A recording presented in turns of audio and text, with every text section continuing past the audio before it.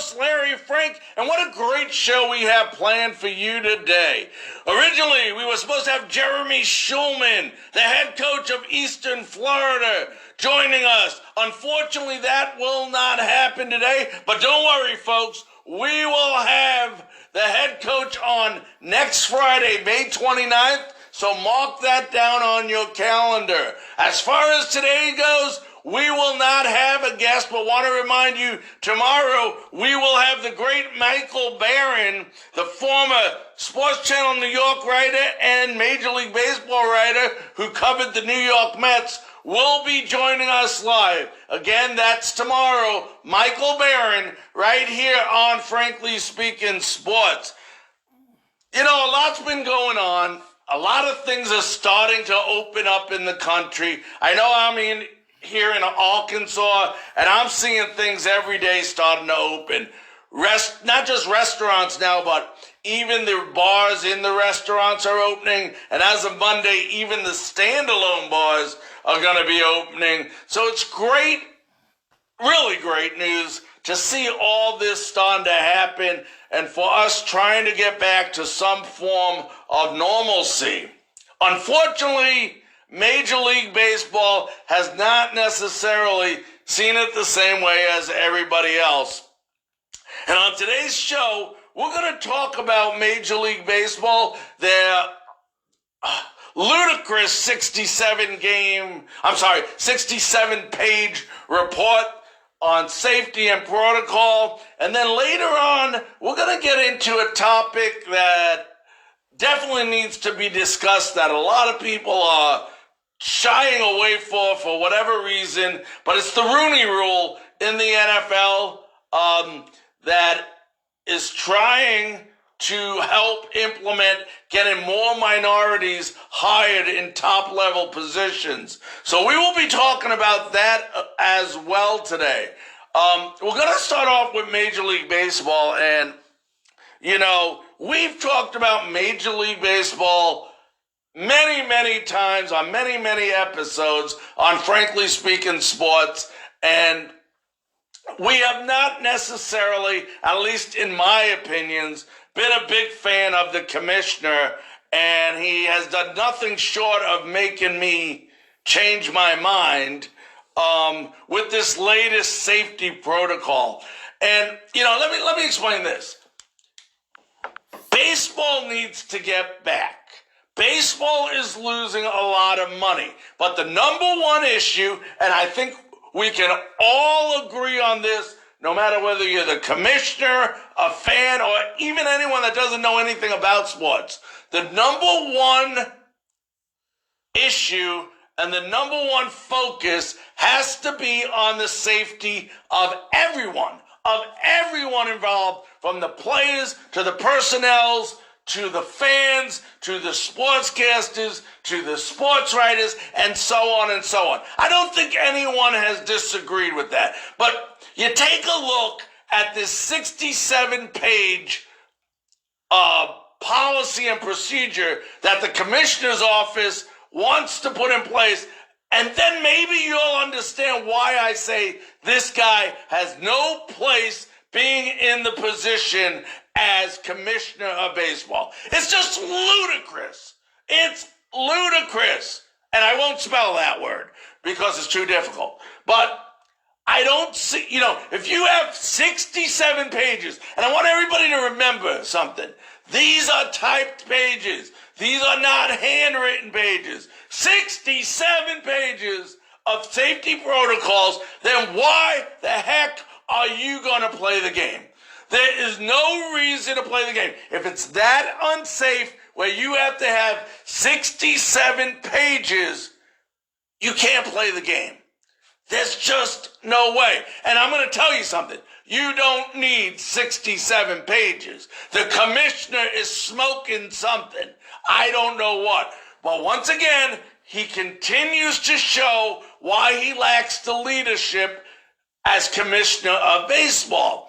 You know, you gotta be crazy. Let's listen to the, I think I got 10 of them right here. Just highlight some of these things in this 67 page.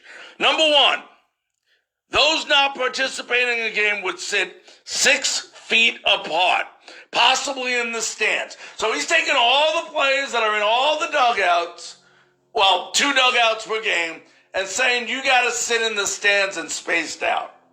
Okay, let me ask you this. I was under the impression that they were going to test every player before playing at some point.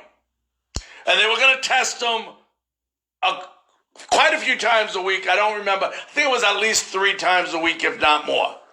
Why the hell do you then got to go ahead and sit these players 6 feet apart if you already tested them? I can go to a bar today and I'm allowed to sit next to a person. It doesn't make sense. That's number one. No high fives, fist pumps, hugging, spitting, chewing tobacco, or sunflower seeds. All right, I can understand what, no spitting, you're spitting your saliva, people are touching something that it goes on. I know, sounds disgusting. As far as fist bumps, high fives, first of all, a good percentage of your baseball players wear batting gloves. I think very few, if none. There might still be 1 or 2 that are old school. As far as elbow pumps and fist pumps and stuff like that, hey, fine, whatever you want to do. But, you're basically telling these players to go out on the field and show no emotion. He's saying show no emotion. Baseball is not a game. Athletics is not a game where you play without emotions. Then the next one, no mascots or bat boys. All right, if you don't want the Philly fanatic, if Mr. Met has to go on a honeymoon with Mrs. Met, that's fine. That's not a big part of the game. And I want to make something clear here. When you're talking about rules, if the rules are outside of the game, and what I mean is fans should separate so much apart, that's not a rule that's going to change the game of baseball. But some of these rules, when you listen to them, they're changing the game. They're changing the way the game is played. And if you're going to change the way the game is played, then it's not baseball anymore. Don't play it. I mean, it's just amazing to me how some of these rules, the one temperature screening at least twice a day. Again, this one's common sense. That one's fine. But if you're doing the screening, you're doing the testing, and then you're doing the temperature testing, that should be enough. Okay? Players should wash or sanitize their hands after every half inning. All right. I'll go with that. All right. No use of saunas, steam rooms, or therapy pools, which means that if you're one of those players, and the game of baseball is a lot of twists and muscle pulls and ankle twists, whatever you want to call it, you rely on some of those facilities to help yourself. Now, I understand you don't want different people sitting in those waters and contaminating them, but once again, these are the same people that you tested. Why the hell test them? It doesn't make sense. Okay. Then, when the ball is out of play or in between pitches, fielders are encouraged to retreat several steps away from the base runner. If this applies to things like try to keep runners close at second base, it's wrong. In other words, you have a guy on second base, your second baseman is trying to lean over, or your shortstop is trying to get behind the runner to pick him off. They don't want you doing that. That is not the game of baseball. If you're gonna change the rules, you might as well not have the game. Stupid. Okay? Every ball put in play gets tossed out. Every ball put in play. Okay? Doesn't that happen most of the time anyway? You put a ball in play, boom, it goes out. Very rarely do you see them use the same baseball. That's not going to be a change. Post-game showers are discouraged. Okay, that's the grossest thing I ever heard. I mean, what is wrong with men taking a shower? Okay? It's a shower. If you're making sure the facilities are sanitized and clean, you have nothing to worry about. You're testing these players. You have nothing to worry about. He is putting every little thing in there to try to make them not play the game. It's almost like the commissioner of baseball doesn't want to play baseball. Players would not be allowed to leave hotels while on the road without approval. Okay, if the government is allowing them to leave the hotel, why can't the players? You're going to be testing the players. Okay, baseball needs to stop having their own set of rules and listen to what the experts are saying. If the governor of Colorado came out today and said, let's do it, let's play baseball, what are we waiting for? Governor of New York, where the highest death rates are, saying his stadiums will be open to play baseball. Commissioner, wake the heck up. Okay, then another one of the rules that really gets me is if a ground ball, if a ball is touched more than one player, they want to throw the ball out. Every single play, you're going to have the ball touched by more than one person. The umpire has to give the ball to the catcher, who gives the ball to the pitcher, who throws the ball back to the catcher. If it's a swing and miss or ball, the catcher throws the ball back to the pitcher. Then if it's hit, the fielder fields the ball. If it's a ground ball, the ball is fielded, thrown to first base, and thrown back to the pitcher. Are you crazy? You talk about slowing down a game. You know, it just amazes me. When you have a protocol and a safety plan that is 67 pages long, that is ridiculous. Basically, if you need a 67-page plan for safety, then it's not safe to play. And I want to make sure that I'm emphasizing this to all my listeners, okay? I believe that safety is the number one thing by far in this game. I know people. I've been affected by COVID-19 from the aspect of knowing people that have passed away, knowing people that are my friends know, whether it's their mother-in-laws or father-in-laws that have passed away. I have a good buddy, a good family friend. He passed away. So I know, don't look at me and tell me I don't know what COVID-19 can do. But if you're doing all the testing, taking all these tests, you're just wasting these tests if you implemented all these other rules. You don't need the test. My goodness. It's like they're in jail the way Major League Baseball wants to treat these players. And it's almost like Major League Baseball, and I've said this a couple times, at least from the commissioner's perspective, they don't want to play. You know, he cries about how much money, I think he said another $4 to $8 billion they could lose this year by not playing Major League Baseball, and yet he still tries to make it as difficult as possible. Now, I agree there has to be certain safety measures involved in keeping these players safe. I agree that you have to have certain testing. But after that point, how far are we going to take this? I mean, and if I'm wrong, please, I would love to hear your feedback on this message link. Leave me a quick voice message and tell me if I'm wrong.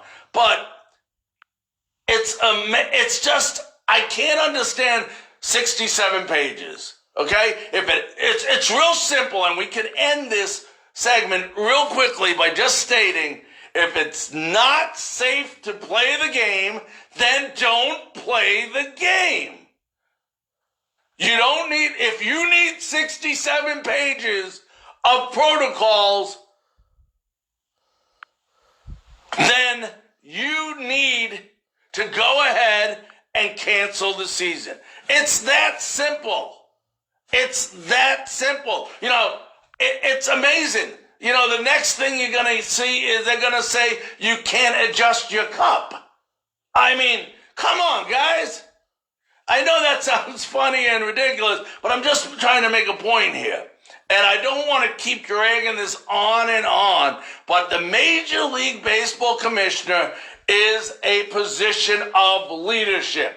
We need people in that position that lead, that motivate, that educate, that explain to people that things are safe, and to take things on his back and run with it.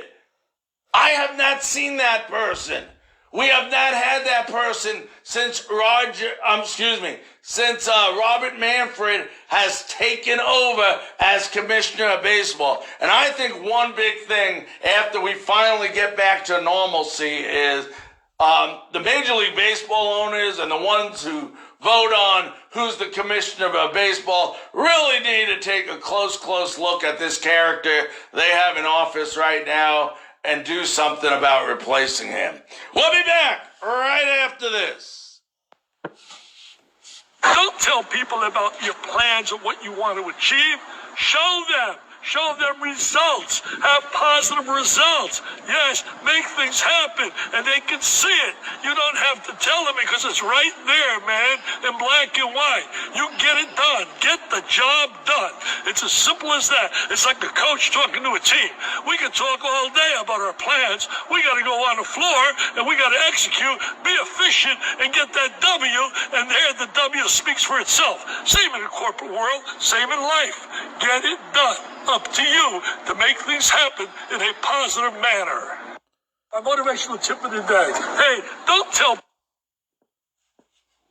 Welcome back to Frankly Speaking Sports. I'm your host, Larry Frank. Want to once again remind you that the great Michael Barron will be joining us tomorrow live on Frankly Speaking Sports. If you're not sure who Michael Barron is, he's former reporter for SNY and for Major League Baseball and covered the New York Mets. So we'll be talking some more baseball tomorrow. We'll ask Michael a bunch of things as far as what he thinks of this safety protocol we just discussed, the upcoming season, some of the things for the New York Mets, maybe how the DH will be implemented in the National League or whatever league it will be called this upcoming year. So Michael Barron tomorrow. Also want to remind you, if you have any questions, things you want to talk about, topics you want us to discuss, leave a message right at the end of this podcast. There'll be a message link. You leave it, we'll play it on the next episode of Frankly Speaking Sports. Also, you can email us at franklyspeaking528@gmail.com. We have a Twitter account at Larry Frankus. That's with the U.S. at the end. Follow us on Twitter. We also have the biggest, fastest growing Facebook group called Frankly Speaking Sports. Get updated on all the latest news. We put all our podcasts on there. All our live interviews we put on there. As well as YouTube. YouTube now, baby. We got YouTube. We put all the interviews we do. We take out of our actual broadcast and we go ahead and we put them on YouTube for your listening pleasure. So subscribe to that. It's free. It's a free subscription to Frankly Speaking Sports YouTube. What are you waiting for? Stop listening to me. Go ahead. Over the past couple of days, I've been listening to different reports out of the NFL about the Rooney Rule. And, basically what the Rooney Rule does, and I want to explain this correctly, it's trying to help improve diversity in the coaching ranks and front office, high executive, just in general, minorities hirings in the NFL. And they came up with a couple of rule changes, and I want to go over which anything that helps minority hiring in the NFL is a good thing because it's the one thing the NFL is lacking right now. And for some reason, so many sportscasters, so many sports writers are having a lot of difficulty discussing this topic, and I'm not sure why. I really don't. Speculation is that they're afraid they might say something wrong or slip up. I don't know what the reason is. What are you going to slip up on? If you're not prejudiced, if you believe in equal rights, then you have nothing to worry about. You should be able to say whatever the heck you want because it's going to come out the right way. And in this case, anyone that knows me is, I believe everybody's equal. I always have. I always will. And the NFL is no different as far as I'm concerned when it comes to hiring minorities. Right now, we are in a terrible position in the NFL when it comes to hiring minorities. In a league that is made up of 70% African-American players, and for them to only have, I think it's 4 head coaches and 2 general managers that are black is crazy. I don't know how. It tells me that the NFL is doing something wrong. And some of the changes in this Rooney Rule, among them are teams will now be required to interview at least 2 candidates from outside their organization for any vacant head coaching job and at least 1 minority candidate from outside their organization for any vacant offensive, defensive, or special teams coordinator job. So my question is, were they not allowing people before to seek other people for those positions? That's number one. The NFL changed its anti-tampering policy to relax the rules that have allowed teams to deny assistant coaches and executives the opportunity to interview for jobs with other organizations. Then the Rooney Rule is expanded to apply to a number of executive positions, such as human resources, communications, finance, and so on, football operations. Each of the 32 NFL teams will establish a minority coaching fellowship program. The coaching fellowships are to be full-time position, 102 years in length, to provide NFL legends, minority, and female participants with hands-on training in NFL coaching. Okay? Like I stated, currently the NFL has 4 minority head coaches and 2 minority general managers, which to me is, I don't see how you can't have more. And we're going to go into a topic in a little bit, and I'm going to hit on it hard. Some of you may like what I got to say. Some of you may not. And that's why I always say we agree to disagree on this show. But I don't hold back. My listeners want to know this information. They want to know what I think, and I'm going to be upfront with you. And if you like it, great. If you're not, you can comment or whatever. But before we do that, I want you to go ahead to listen to Louis Riddick, who was very optimistic about the changes. Louis Riddick is a former safety in the NFL.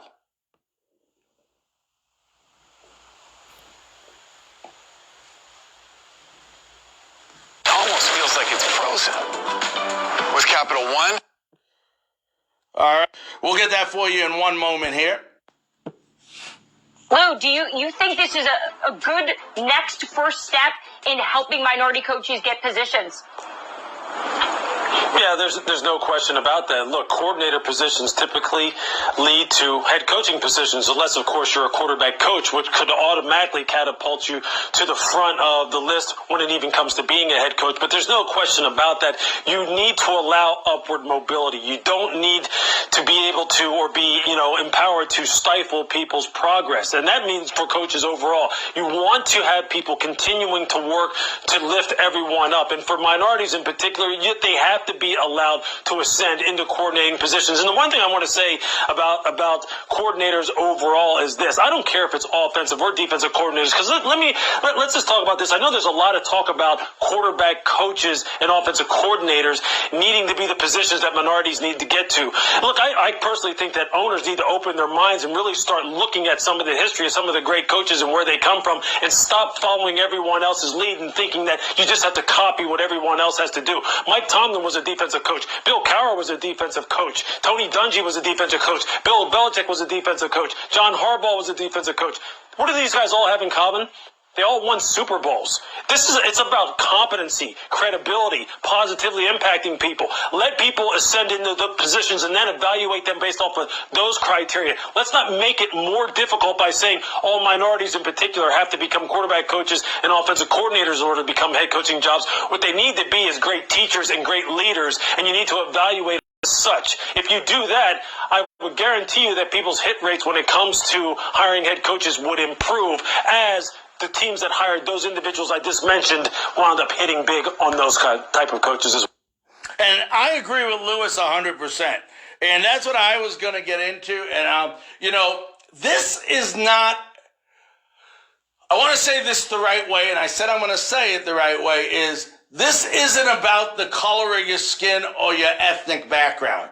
This is about hiring competent people. Now, there are many, many minorities out there who are competent to be head coaches or general managers in the NFL. There is no way. You can't tell me that, when I was a coach and when I was around head coaches, while they're playing the game, they're evaluating those players. They know whether those players have the ability to be great coaches down the road.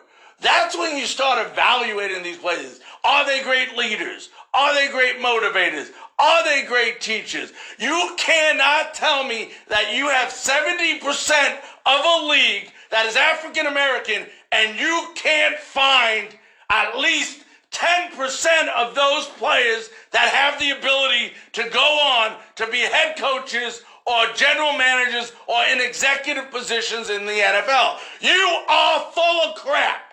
They're out there. For some reason, you're not looking for them. Now, on the other hand, I don't think anyone should be hired solely because of an ethnic background or color of their skin. They have to be qualified to do the job. And I don't think anyone would disagree with that. For the NFL to come out and say, you have to, is BS.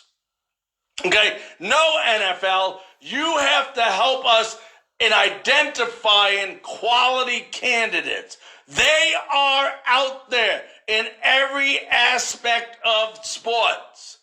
Okay? There are, like Lewis said, defensive coordinators that are very capable to be head coaches. Don't tell me only offensive coaches are successful in the NFL.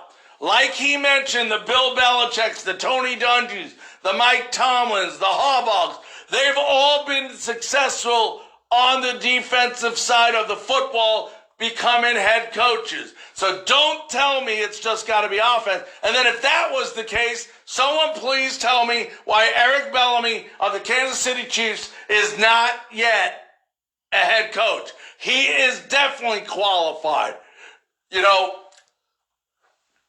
We have 70% of the NFL that is African American, which means we roughly have 1,700 players. I believe it's 50 players on each team times 32 teams. Okay? So just under 1,700, I believe it comes to, my quick math, 1,696, somewhere in that area. Okay? Which means almost 1,200 of the players are minorities. Come on! You can't tell me out of those 1,200 players as they start to retire that none of them are qualified. Okay? There are many qualified people. Now, my question would come up, is the interview process wrong? Okay? Is there a list of qualified candidates that each team have, whether you're white, black, Spanish, whatever your ethnic background or color should be, is there a list of qualified candidates? And if there is, are you utilizing that list? That's number one. Number two, okay, how many people are doing these interviews? Let's look at this logically. If anybody could look me in the eye and tell me racism is not involved in every single sport, they are lying. Now, it is wrong to be, believe me, racism has no place in any sport or in this world. It nauseates me how anybody can judge anybody's character on the color of their skin. It is completely wrong. Even Martin Luther King, the great Martin Luther King, who I've idolized since I've been a kid, he has said, one day, I hope that my 4 children will one day live in a nation where they're not judged by the color of their skin, but by the content of their character. And that's the same thing with coaching and all these positions. It's not your skin color. These people that are doing the interview have to realize it's the content of your character, your ability to lead, your ability to educate, your ability to motivate, your ability to win and be successful. And right now, that is not getting done in the NFL as well as other sports. They should have it where not only the team owner or team general manager is doing the interviews, but maybe they need to pull somebody in from the NFL office who has to do the final interview to approve that coaching position. And I also put some blame on all the owners in the NFL, because where are you going to seek candidates? Where are you going? Is it just your own team? Is it outside the league to look for great talent? There is so much great talent, not just in the NFL, but at the college level too. There is so much talent out there. If you are qualified for a position, you deserve the right at that job, no matter what the color of your skin or your ethnic background. And if for some reason these people in the NFL are not encouraging minorities to go ahead and interview, I don't know.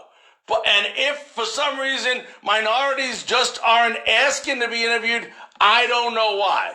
But for someone to look me in the eye and say that you can have a league that is 70% minority players and not be able to find anyone out of those 1,200 people that are qualified for an executive position or a head coaching job is ludicrous.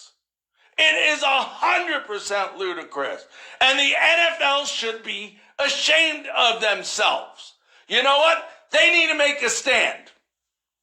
You know, there is no place for racism in the NFL. And if they find someone out who is being racist and is not hiring a qualified candidate because of the color of their skin, they need to ban them for life in the NFL. They need to make a strong example out of someone, because once again, there is no place for racism in this world. We are in 2020. We need to get past this. And I don't know why people can struggle with this so much. You know, if you look, what is the difference? We are all human beings. It don't make sense to me how we can judge people solely on a particular color. That is ridiculous, and it needs to change. We'll be back right after this. Welcome back to Frankly Speaking Sports. I'm your host, Larry Frank. I want to remind you once again, we will have Michael Barron, former SNY writer and writer for Major League Baseball, who covered the New York Mets on tomorrow's show. So you definitely don't want to miss that. We also have some very, very sad news out of the wrestling world today that former WWE star Shad Gaspard has been found dead and identified on Venice Beach, Los Angeles. Policeman has reported he supposedly went out swimming with his 10-year-old son this weekend and was taken away by a wave and out to sea, and unfortunately he passed away. So very, very sad news out of the wrestling world.